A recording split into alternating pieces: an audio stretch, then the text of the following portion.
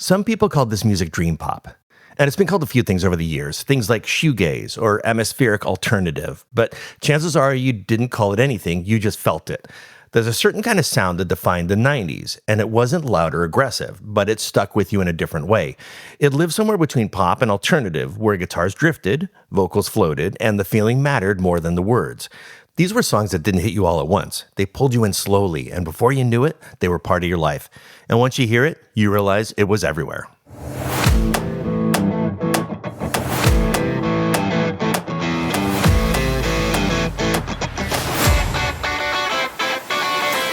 This is Christopher, and today we're talking about the songs that gave that sound a heartbeat. Some were hopeful, some were heartbreaking, and some sounded bright while hiding something darker underneath. Now, I've always loved this kind of music, the dreaminess, the way the song seems to lift instead of push, the soulful lead vocals that feel intimate one second, distant the next. It all spoke to me, and maybe it spoke to you too. And if there's one group that could open the door to all of that, this is the one.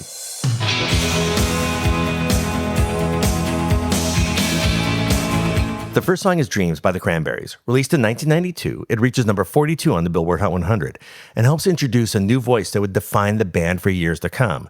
And if you want to hear exactly what that sound feels like, you don't have to go any further. A lot of people knew them through different doors. Some knew the song Linger and some knew the song Zombie. But this song captures something different.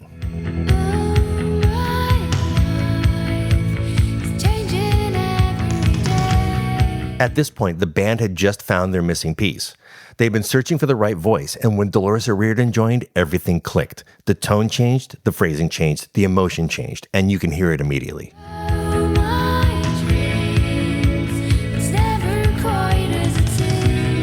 The guitar is simple and repetitive, almost hypnotic, and it doesn't crowd the song. It leaves space for the feeling to come through. Then the drums come in, rhythmic, clean, perfectly placed. They don't overpower anything, they just give that song motion.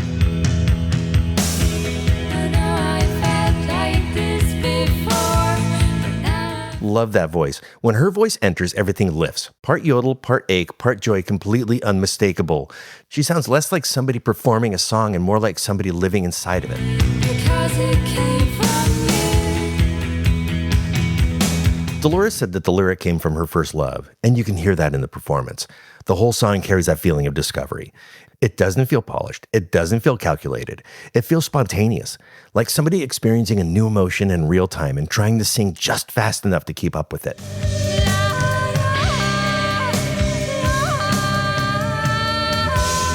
It feels like the rush of realizing your life has changed and you don't quite know how to explain it yet. That's what defines the sound. It's not perfection, it's not precision. Just feeling something in real time.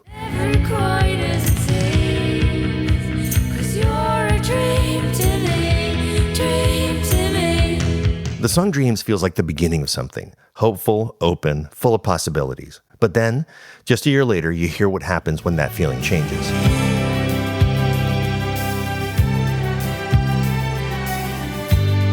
The next song is Linger, also by the Cranberries, released in 1993.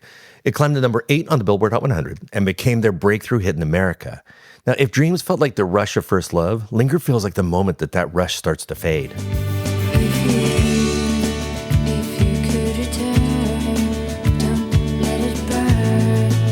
Dolores drew from another early relationship here, but this time the feeling is completely different. The excitement of Dreams is gone, and now there's uncertainty, now there's doubt.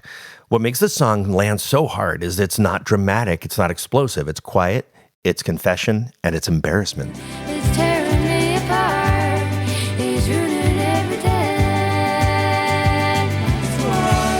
It's disappointment before you even know what to call it. It's realizing you may care more than the other person does, and feeling that truth before anyone says it out loud. That emotional shift is what gives Linger its weight.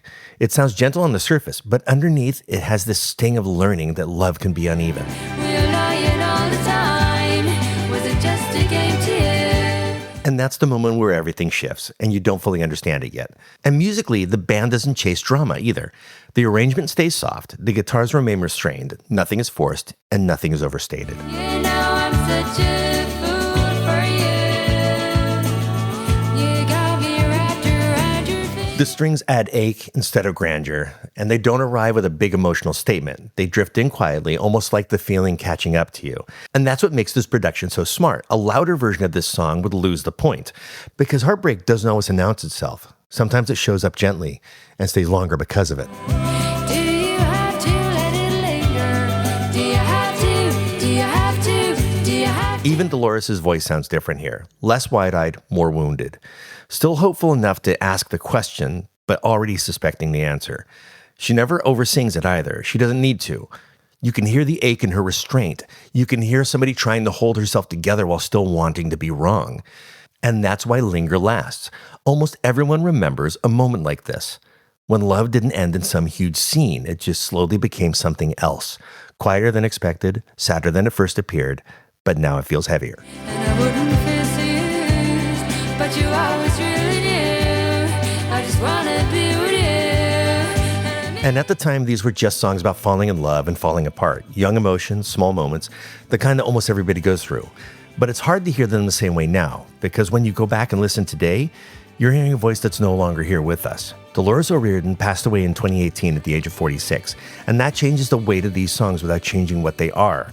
They feel more fragile now, more human, more like snapshots of a moment that nobody realized would become permanent. Got me wrapped around your finger.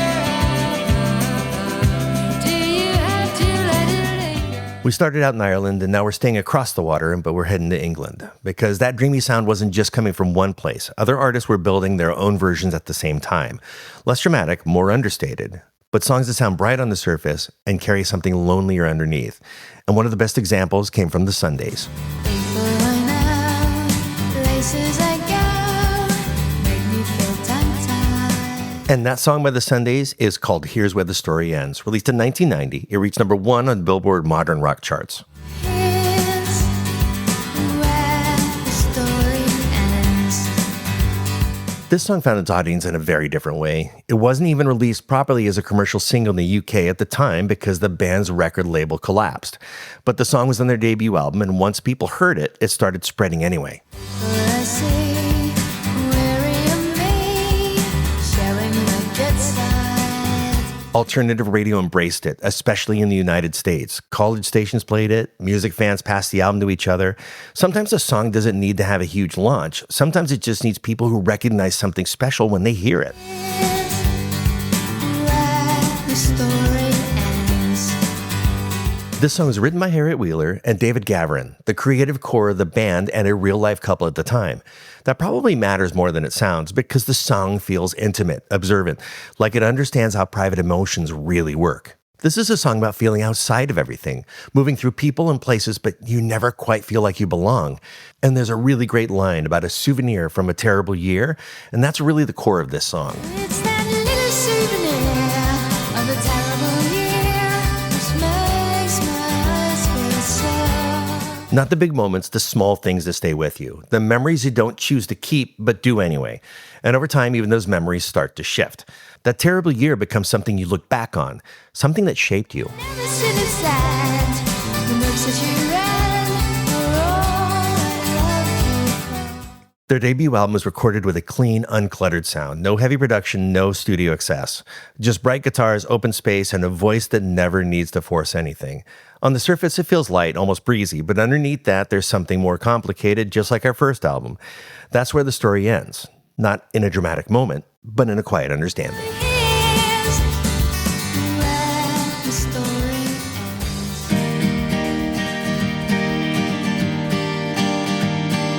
ends. The song is Kiss Me by Sixpence, None the Richer. Released in 1998, it reached number 2 on the Billboard Hot 100, and suddenly, the sound wasn't just alternative anymore. It was everywhere. Kiss me out of the bearded barley nightly. For a song to become this big, it began in a tiny place. Matt Slocum wrote it in a motel room while the band was on tour in the Netherlands. He called singer Lee Nash into his room, taught her the song, and they performed it that same night. Swing, swing, swing the spinning step. You wear those shoes and I will wear that dress. And even then, the band didn't think it was an obvious centerpiece. It had a lighter, poppier sound than some of their earlier material, and they were hesitant to include it until their producer pushed for it. So it didn't sound like the song that would define them. But by now, you can hear how far that dream pop sound had traveled. From Ireland with the Cranberries, from England with the Sundays, and now the United States with Sixpence, None the Richer.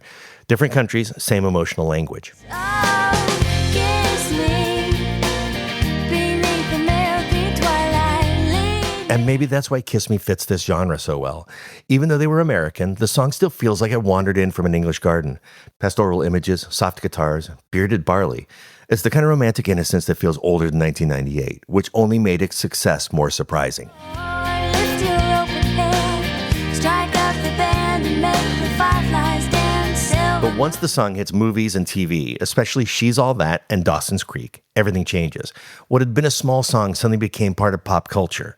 Nash later talked about performing it live and hearing thousands of people singing back every word. That's when artists often realize that the song belongs to the people now. So kiss me. And that makes sense because Kiss Me feels less like a specific story and more like a memory people borrow for their own lives.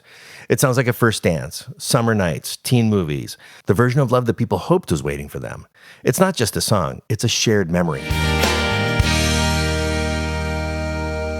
Before we go any further, it's worth pausing for a second talking about what ties all these songs together. Because this music was never easy to label. Some people called it dream pop, some people called it shoegaze, some just called it alternative. And honestly, all those labels miss part of the picture. This song grew out of post-punk, indie rock, psychedelic pop, and the bands who cared as much about atmosphere as the hooks. The guitars were often washed in reverb, chorus, delay, and texture. And the vocals could feel less like a front person and more like another instrument in the room. Sometimes the songs were romantic, sometimes lonely, sometimes bright on the surface while carrying something darker underneath. And that's why people still debate on what belongs in this genre, because the label matters less than the feeling. If a dreamy song pulls you somewhere else for 4 minutes, it probably belongs in this conversation. And tonight we're only scratching the surface. There were deeper cuts, noisier records, moodier records, whole scenes built around the sound. We're focusing on the songs that crossed over tonight. Songs millions of people already knew, even if they never knew the name of the genre. Maybe that's why nobody ever could fully agree on what to call this music, because it wasn't quite a genre, it was emotional weather. Or maybe it was just a feeling that people kept finding. I've always loved this music because it never had to shout to matter. And no one song shows how wide that range can be better than our next one. The next song is Lovefool by the Cardigans. Released in 1996, it reaches number 2 in both the UK and US charts. Dear, I fear we're facing a problem. And now the map gets even wider. We started in Ireland, we moved to England, we stopped in the United States, and now we head to Sweden. Love me no longer. I know and This is definitely the bounciest song we've talked about so far, maybe even the catchiest, but it also may be one of the darkest, because underneath all that sparkle, this song is built on desperation. Singer Nina Pearson wrote the lyrics while waiting for a flight in an airport. She later said it was actually a very sad love song, even pathetic in what it was asking for. Mama tells me I shouldn't bother, that I ought just stay. The band didn't want to even go in this direction. They were trying to become tougher, more rock-driven, and this song itself feels kind of slower, almost bossa nova. Then in the studio, the drummer started playing this disco beat, and once that happened, there was no going back. So I cry and I pray and I beg. Lyrically, this song is a Trojan horse. It sounds happy, but it's not. It's someone asking to be loved and needing to hear it, even when they know it might not be true. Bright melody, desperate message. It may be the happiest sounding Panic Attack of the 90s. Love me, say that you love me. Fool me. And when this became a giant hit, Pearson admitted that this success freaked them out. They thought of themselves as a rock band, not as pop stars. I cry, and I beg for you to love me, say. And that's what makes this whole era so interesting. So many of these songs sounded gentle on the surface, but underneath they were identity crisis, heartbreak, insecurity, and longing. And by the time we reach our next song, even the bright colors are gone. What's left is honesty. I know you think that I shouldn't still love you. I'll tell you that. The next song is White Flag by Dido. Released in 2003, it reaches number 2 in the UK and number 18 on the Billboard Hot 100, while topping charts across Europe and Australia. I promise I'm not trying to make your life harder. And by now, everything is settled. This isn't about beginnings anymore or illusion, it's what's left. We end up back in England, where another artist took the same emotional honesty and stripped it down even further. And surprisingly, a lot of people didn't first hear Dido through this song at all. They first heard her voice through Eminem's song Stan, which sampled her song Thank You.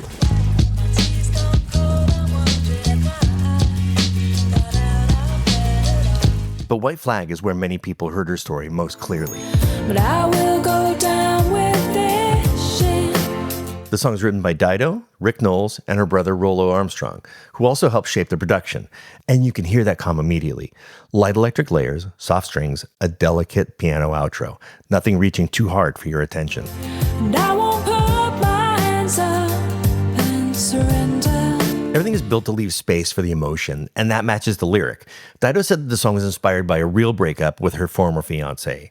She later reflected on the line, "I'm in love and always will be," saying that when you've truly loved someone, those feelings may change over time, but they don't simply disappear. Be no white flag above my door.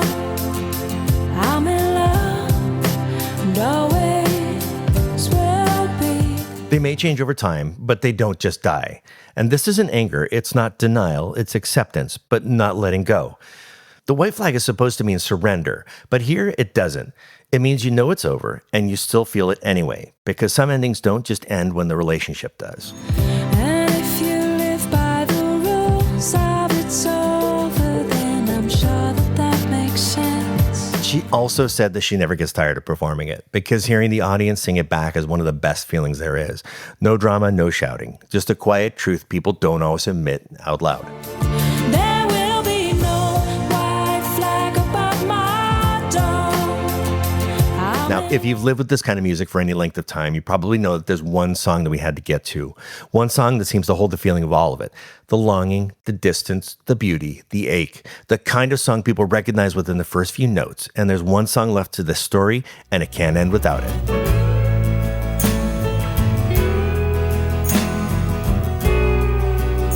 And that's Fade Into You by Mazzy Star, released in 1993. It reaches number 3 on the Billboard's Modern Rock chart and number 44 on the Hot 100. I wanna hold the hand inside you. This song is written by singer Hope Sandoval and David Roebuck, who also produced it. And even now, it feels like it exists outside of time. Mazzy Star came out of Los Angeles, but they also sounded like nowhere else.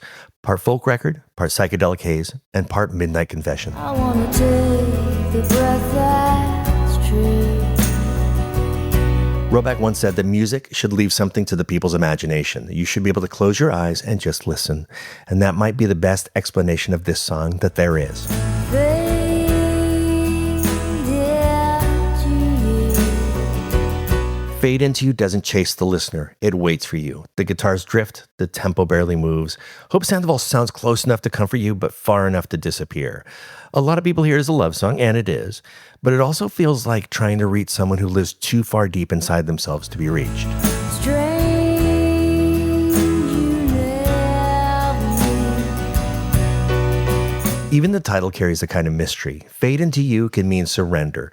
It can also mean losing yourself in someone else. And it can mean two people becoming something shared for a moment, not standing beside someone, but becoming part of them. That's why the phrase stays with people. It means something different depending on who you are and when you heard it. It can feel romantic or lonely or comforting or devastating, sometimes all at once. And its smiles cover your heart.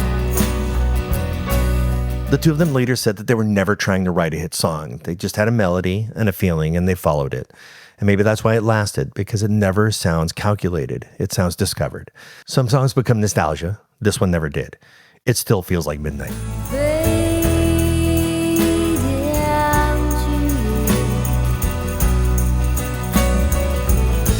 And if you listen to all these songs together, you can hear that full emotional arc.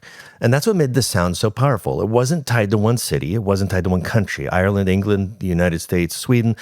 Different voices, same feelings. And maybe that's why these songs never really leave. They don't live in the past. They live in parts of us that still feel the same. I think it's strange, you never. Tonight's drink is appropriately called the White Flag. It's clean, pale, elegant, and a little bittersweet. In a cocktail shaker, add 2 ounces of vodka, 1 ounce of white cranberry juice, half an ounce of fresh lime juice, half an ounce of simple syrup, and 2 dashes of orange bitters. Shake hard with ice and then strain into a chilled coupe glass. Then add a splash of soda for lift. Bright citrus first, soft fruit in the middle, and a dry, bittersweet finish that lingers longer than you expected, just like the song. And one more thing to add, because I seem to always have to do that now. We have Who Ordered the Pie t-shirts available on our website. And these are high quality shirts, distressed logo, fantastic looking. I think you're going to like them. And if you want to support the show and wear the brand out in the world, then head on over and check them out at whoorderedthepie.com. And until next time, here's the loud riffs, quiet sips, and the stories in between.